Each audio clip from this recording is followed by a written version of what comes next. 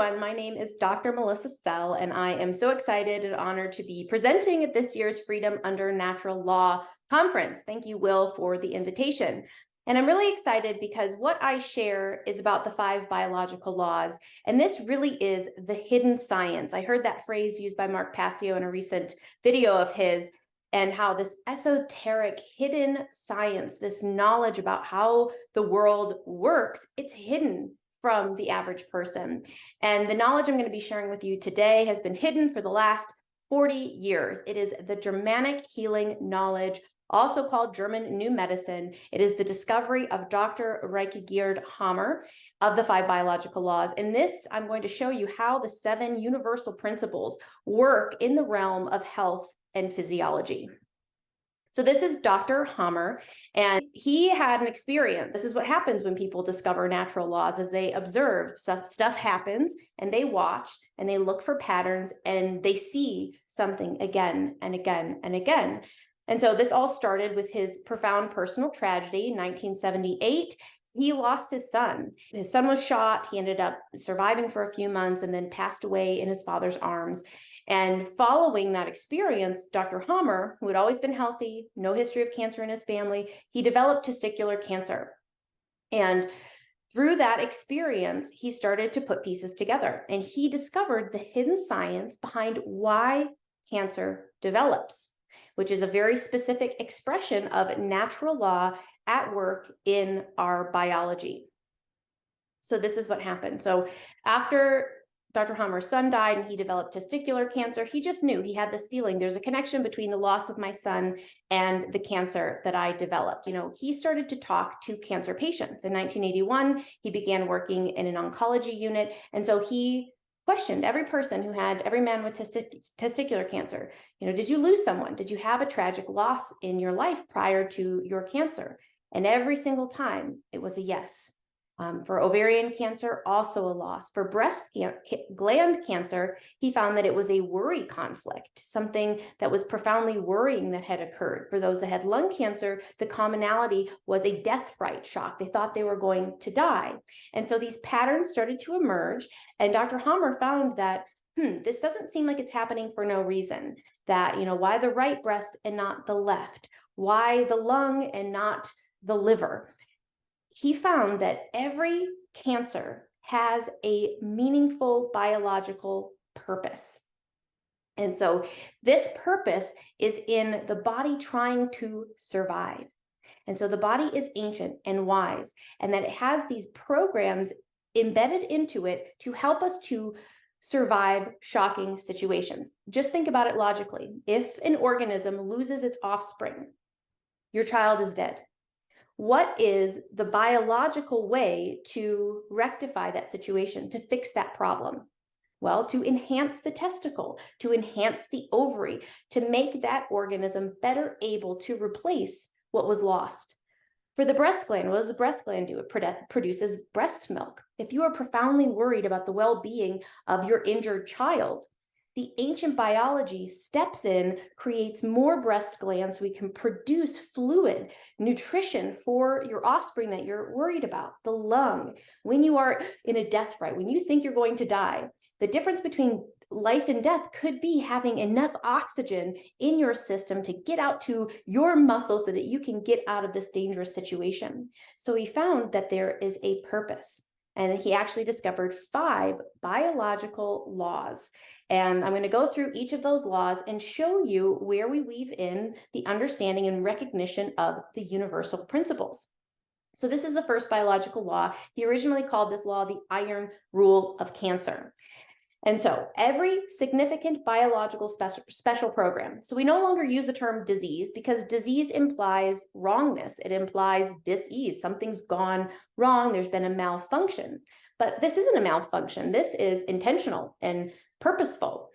So there's a shock, a biological conflict shock. Now, this is not just stress. This isn't just being stressed out and I'm really busy and I have a lot to do. Oh my gosh, I'm going to make cancer. No, it's a specific thing that catches you off guard. So in a moment, you were not prepared. You were caught off guard. It was highly acute, isolating. You felt all alone.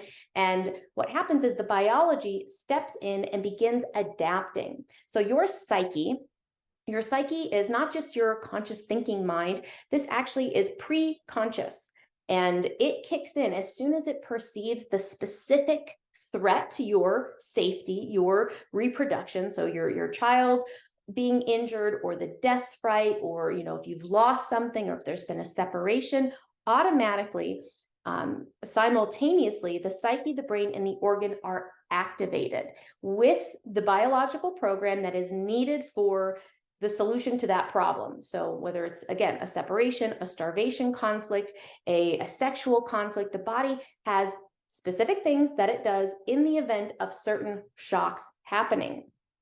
So what laws do we see here? Obviously, we see the law of cause and effect.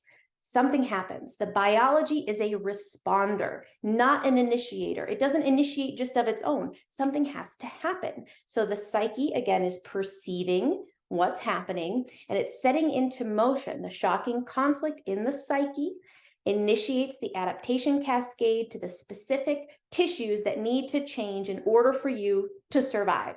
So again, do we need more lung tissue? Do we need to widen the bronchial mucosa so we can get more air through the airway? Do we need to widen the throat so we can better swallow something down or spit something up?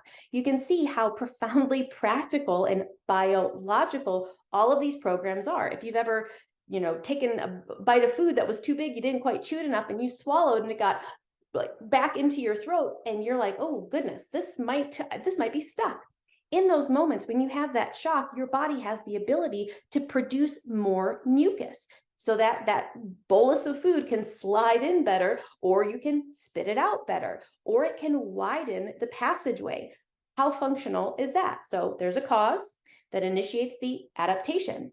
We also see here the law, the principle of mentalism. The all is mind. It all starts in the psyche. It all starts in the spirit of the individual who's having the experience. We also see the three planes of existence. The psyche is the spiritual, the mental. The physical tissue of the brain is the physical body, and also the organ. So these letters here, DHS, that's the Dirk-Hammer syndrome in honor of Dr. Hammer's son. That is the conflict shock. That's the thing that happens that sets off this adaptation cascade. Also, in the first biological law, we see the law of vibration. Everything moves, everything vibrates, and our brain has a certain vibration. And when we have a conflict shock, that vibration changes. And so even just a word spoken to you or a phrase can cause a conflict shock, causing that impact, causing you to be caught off guard, and these adaptations to occur. So if someone says to you, you pig, or you're fired, or how about the words, you have cancer? Those can strike fear in your physiology, creating adaptations. We also see the principle of gender. So the brain, we are a sexually dimorphic species. We have the female and the male. Dr. Hammer found that the brain, the right side of the brain controls the testosterone, and it's the male perception. The left side is the female and the estrogen level. And so we can either experience our conflicts through a male or a female perception. A female is born a girl. She sees the world through the lens of the female, which means her initial response is to be defensive, to hide, to faint. Her inner territory needs to be protected. Whereas the masculine, the male, is the offensive. It's the fighting, the resistance. He protects the outer territory. And so that is what is normal. Now, when we have a conflict, the body shifts. It adapts to the fact we had that conflict. So for example, a man with a territorial conflict, his male side of his brain becomes blocked. This is the right-handed, because we also see differences in how we are wired if we are right dominant versus left dominant. So a man with a territorial conflict, it blocks his male side. He shifts into a more feminine perspective. A female, if she has a sexual conflict and it blocks her territorial side on the left, she shifts into a male perspective. And so there's a lot of detail to this particular area of the work, but just to illustrate the principle of gender, the masculine, the feminine, is seen and detailed specifically in this study. Now, the second biological law, this is the law of two phases, and every person with a body needs to understand this biological law, that we have a normal day-night rhythm. During the day, the body is more sympathetic active, fight or flight. So this is when you're hunting, when you're gathering, when you're out doing things, you're more active. The sympathetic nervous system is more active. And then in the evening, around 5 p.m., the sun begins to set, and we go into the parasympathetic, the rest and digest, feed and breed mode. Now, when we have a DHS, so a conflict shock, the thing that happens catches us off guard, the body shifts into heightened fight or flight.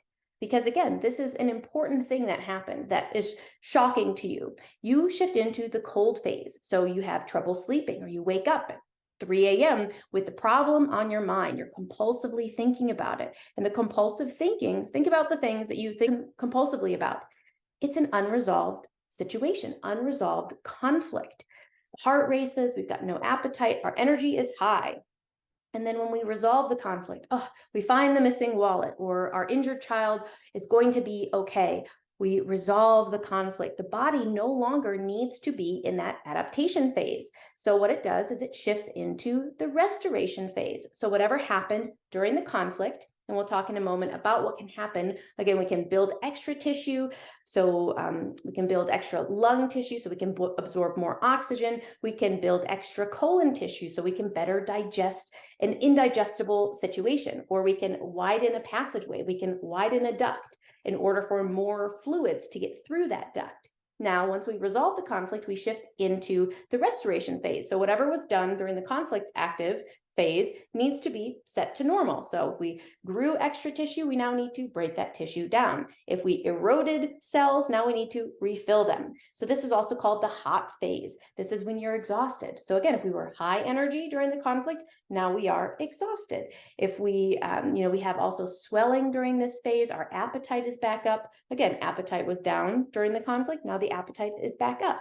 Halfway through the healing phase, there's something called the healing crisis, or the epicrisis, which is a big squeeze where we're squeezing the fluid out of the brain, out of the organ, which shifts us into the second phase of healing, which is phase B, the scarification phase, which then, once it's complete, we're back to our normal day-night rhythm.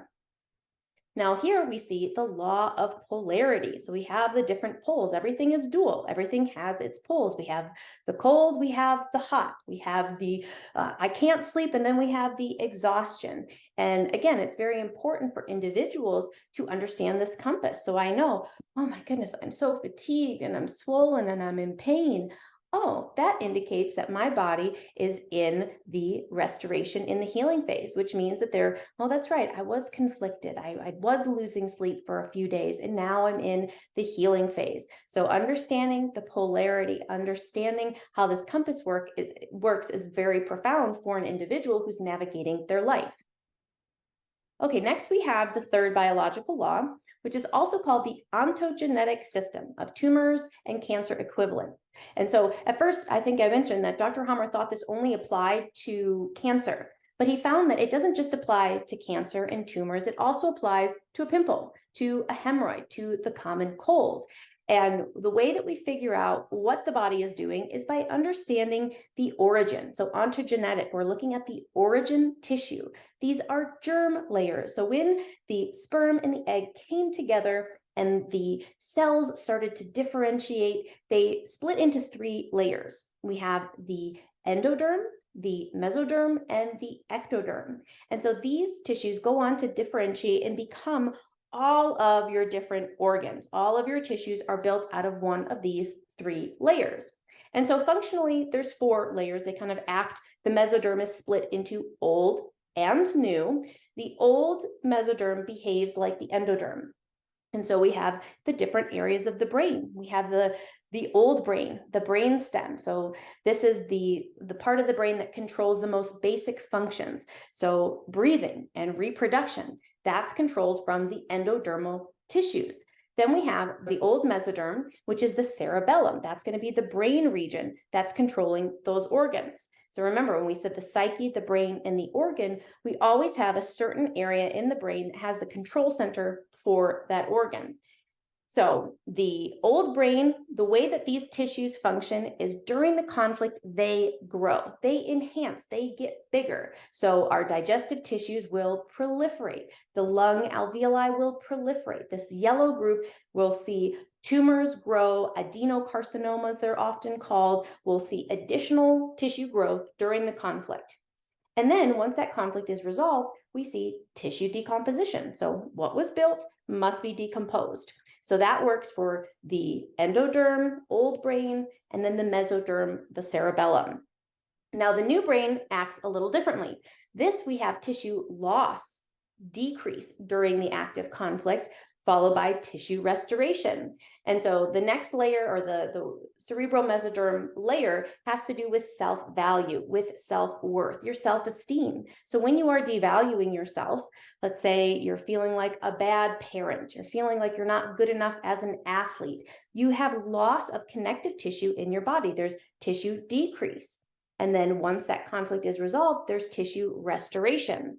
Same with the ectoderm. This is controlled from the cerebral cortex. And so what happens is we lose tissue, a duct that will widen during a conflict. So for example, a territorial anger conflict will cause your bile duct to widen, to get bigger, so that more bile can be put into your digestive system, so you can have more energy to resolve this territorial anger that you're experiencing. So we have a widening of the duct, and then that tissue needs to be restored. And so that's where we are going to see the law of rhythm. So we've got this pendulum swing that manifests in everything. The measure of the swing to the right is the measure of the swing to the left. And so depending on how long you were in that conflict active phase, remember from the second biological law, when you are in the conflict, every moment your body is adapting. So whether that means that tissue is growing, we're growing additional tissue cells, or we're losing tissue cells, depending on which program was activated, which is determined by how you experienced that conflict. Did I feel abandoned, or did I feel separated, or did I feel devalued? Did I feel angry?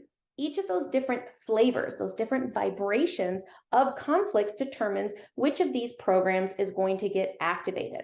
And so whichever one during the conflict, after it's resolved, we then have to set the tissue back to its normal working state. So what goes up must come down. If we built extra tissue, we then need to decompose that tissue. If we eroded tissue and dug a hole, we need to refill it.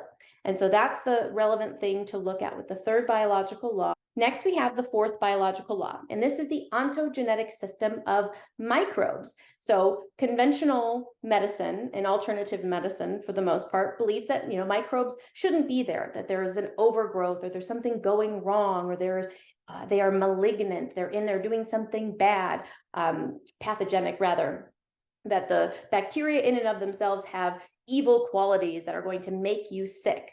But what Dr. Hammer discovered is that each of our germ layers has helpers, has seasonal workers that just hang out in that tissue layer until they become necessary to help us to set the tissue back to normal. And so when we grow extra tissue, remember the example of the endoderm, the old brain controlled tissue adaptation. So let's say we grow extra lung alveoli because we had a death fright. Oh my gosh, I think I'm going to die. Some wild animals chasing after me. I have got to get out of this situation. The body proliferates additional lung alveoli tissue in order to help us to absorb more oxygen so that we survive this dangerous situation. And then, we got away. We were able to escape. Now we are safe. The body breathes a sigh of relief, and then the tissue has to go back to normal. How's it going to do that? What it does is it activates microsurgeons that live within in the form of bacteria and fungus, mycobacteria, specifically tuberculosis. So tubercular bacteria are extremely helpful. They break down tumors after the tumor no longer has a purpose. Once we resolve the conflict, you no longer need that tissue, so the body decomposes it from the inside out.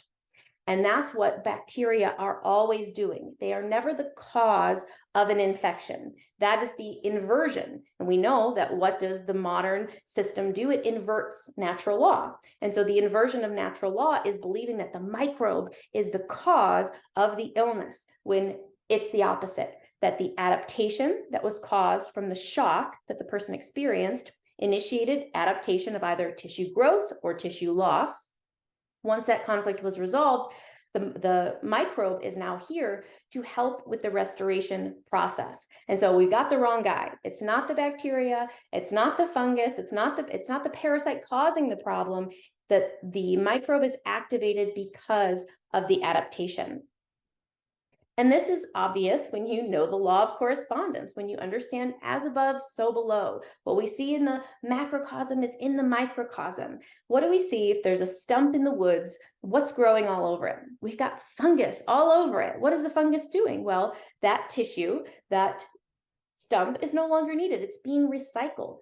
Again, the tumor that had a function, was serving a purpose, is no longer needed. So it's being decomposed and broken down. The law of correspondence. And so we always have to understand this from that greater context. If you take it out of context and simply see someone who is inflamed and swollen and you swab it and you say, oh, here's a bacteria, it's the cause, you're not taking into consideration the full picture. And so the fifth biological law, Dr. Hammer called the quintessence. And this is the understanding that nothing in nature is meaningless or malignant. All diseases are part of a significant biological special program of nature. And it makes sense in the context of human development. We have to think about these biological special programs in terms of thousands of years ago. In our modern context, many of these adaptation programs don't make as much sense because, why would we need to, produce more breast milk when I can just go and turn on the faucet and give my child water, or go to the emergency room and have this, stitched up. The body only does what is necessary in nature. And so it doesn't take into consideration all of our modern amenities. This has to do with our ancient biological adaptation programs. I also wanted to bring in this bigger picture of, the old medicine versus the new medicine, the contrast between this old allopathic, superstitious system of there's something wrong with your body and it's all based in materialism, completely rejects the spirit and the soul. We are afraid of scary invisible entities, scary viruses, scary diseases that we think that can just take over the body at random. This old medicine has hundreds of inconsistent theories about why sickness develops. We have holy authorities that have all of the knowledge locked up in cryptic language in Latin. We have arthritis. Oh, you have idiopathic arthritis. That means we don't know why your joints are inflamed, but they lock it up in this hidden language. Superstitious rituals, barbaric rituals and treatments, medical rites, trauma rites of passage. So everyone is equally traumatized and trauma bonded to the medical system.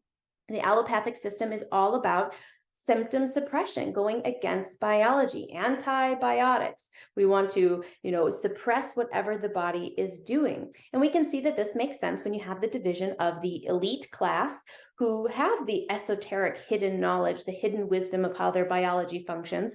But that's not for the working class. You need to just take your pills and get back to work. Their families are broken and disconnected, which is what leads to early feelings of abandonment and separation and the conflict shocks that lead to the diseases that most people suffer from. That's the slavery system, the debt system, the usury system. Whereas the new medicine, and this is very interesting, the word Germanische, the Germanic new medicine, we can see this contrast in the ancient Germanic peoples. They lived in harmony with nature. They lived alongside rivers. They didn't have cities. They didn't use money. They lived in harmony with their natural biological code. And the Romans came along and they said, hey, don't you want to use this money? Don't you want to come to our universities? Don't you want to build cities? And they were like, no, we don't want to have anything to do with that system. And so that's really the heart and soul of where this new medicine, which is really the ancient original medicine, the original knowledge of how the body heals. And that's what the words Germanische Heilkunde, what they represent is this Germanic loving brotherhood, sharing in knowledge, kinship, living in harmony with nature, with the biological code. This Heil is bright, holy knowledge, and sharing that everything is based in nature. And there's nothing evil or sick or diseased or malignant in the body. It's only meaningful. That microbes are helpers, and we all get to learn directly from nature. There isn't a hierarchy of the holy sacred texts. It's everybody learns from one another, and we all learn from nature. It's empirical. You get to observe this law for yourself. It's based in these natural principles of consciousness and consent, and we have birth wild and natural as it was intended.